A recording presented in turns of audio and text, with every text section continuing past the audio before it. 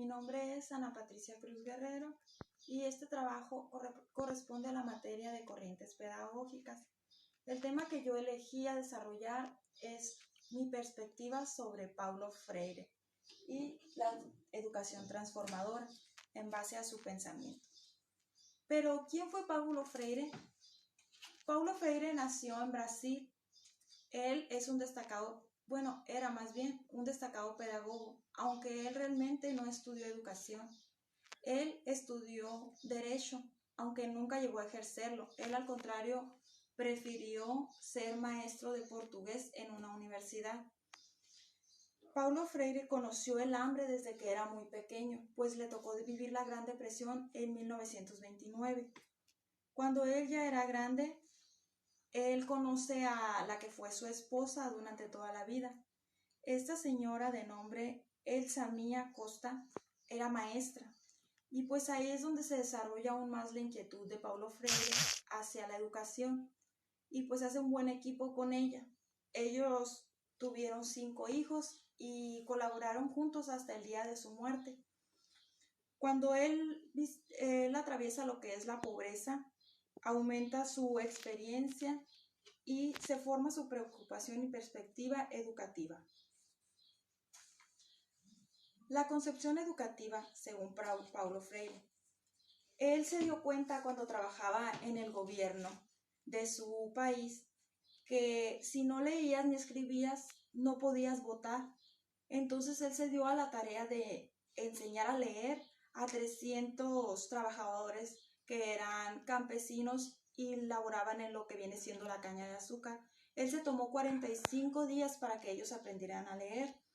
Y al principio les pareció bueno al gobierno de ese entonces, porque hasta se le dio un impulso a su programa de alfabetización. Pero llega un momento en el que no les parece conveniente. ¿Y qué hacen? Pues es cuando lo mandan al exilio, porque pensaron que si despertaba el sentido de la educación en todos los pobladores, pues al gobierno no le convenía. Él fue uno de los mayores pedagogos del siglo XX. Él impulsó el diálogo, que decía que tenía que ser una igualdad en la relación entre el profesor y el alumno. Y sus ideas contribuyeron a los procesos democráticos de todo el mundo. Se le dice que era el pedagogo de los oprimidos y en su trabajo transmitió la pedagogía de la esperanza. Él, al haber pasado por situaciones de pobreza, es cuando él decide que quiere ayudar a que los pobres se den cuenta de su situación en la que viven. La educación liberadora de Paulo Freire, él nos dice que por medio de la educación las personas se pueden liberar de esa pobreza en la que viven. Él no quería darle una moneda al pobre o al oprimido para hacerlo sentir mejor, no. Él lo que buscaba es que se dieran cuenta de su situación, de que se dieran cuenta que vivían de una manera oprimida y que despertaran. Él en eso se basaba su educación liberadora. La educación liberadora necesita buscar permanentemente la libertad y la responsabilidad. O sea que tú tienes que ser responsable de tus actos y tienes que ser responsable de tu situación. Y en base a eso, ir buscando tu propia libertad. También se debe llevar a cabo la praxis. ¿Qué es esto? Que todo lo que aprendemos lo tenemos que llevar a la práctica. La acción y la reflexión van de la mano. ¿Por qué? Porque si tú actúas de cierta manera en la práctica, lo estás reflexionando antes de llevarlo a cabo y también una vez que lo llevas a cabo, para ver si lo hiciste correctamente, en qué manera le puedes ayudar a los otros o de qué manera tú estás contribuyendo a que se dé un verdadero cambio en ti y un cambio en tu comunidad. Eso es muy importante en la educación liberadora. Después él nos hace un comparativo, o más bien las diferencias entre la educación bancaria y lo que es la educación liberadora. La educación bancaria, como su nombre lo dice, es como si fuera un banco, pero en este caso un banco de conocimiento, porque anteriormente en la educación se veía al alumno como un recipiente vacío en el que se llenaba de conocimientos sin que él pusiera una objeción, sin que él reflexionara sobre lo que estaba aprendiendo. Entonces era pues como ir a un banco y depositas tu dinero, el alumno era ese banco. Y tú como maestro depositabas ahí todo lo que tú sabías. Pero él se dio cuenta que esa no era una manera de educar. Por eso él abre lo que es la educación liberadora, que no solo entra conocimiento, sino que también sale la reflexión de lo que él está viviendo, de lo que él está aprendiendo, de lo que nuestros alumnos, ellos están, uno le dice algo y él dice, ok, sí, pero ¿por qué pasa esto? ¿O por qué pasa lo otro? ¿O qué pasaría si hago este cambio? Hay que liberar la educación de nuestros alumnos, hay que despertar esa curiosidad, ese sentido del conocimiento. No solo estar metiendo libros, porque como podemos ver en la imagen, pues la cara del niño lo dice todo, se aburre si nada más estamos uno echándole lo que el niño a veces ni comprende. Simplemente por repetición lo va a estar aprendiendo, porque se le graba en la memoria, no porque lo haya comprendido realmente. La alfabetización de los sujetos pues es algo completamente importante. ¿Por qué? Porque de esta manera él nos dice que es el medio para que las personas expresen lo que les molesta, ¿sí?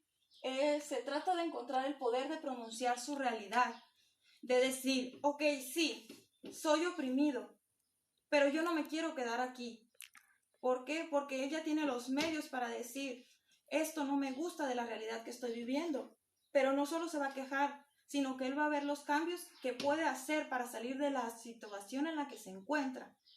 ¿Sí? Entonces, pero para que este proceso de alfabetización se dé, se implican unos cuantos puntos, los cuales son observación.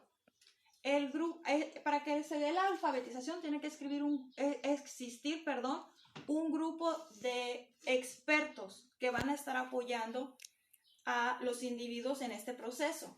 Estos expertos tienen que llevar a cabo una observación de lo que los rodea, de cómo actúan, de cómo se comportan, de lo que les afecta interna y externamente.